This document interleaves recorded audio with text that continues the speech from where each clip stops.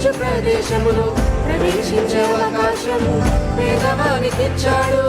పావనాత్మ సన్నిధిలోనే ఆడి పాడి పరవశమంది. పావనాత్మ సన్నిధిలోనే ఆడి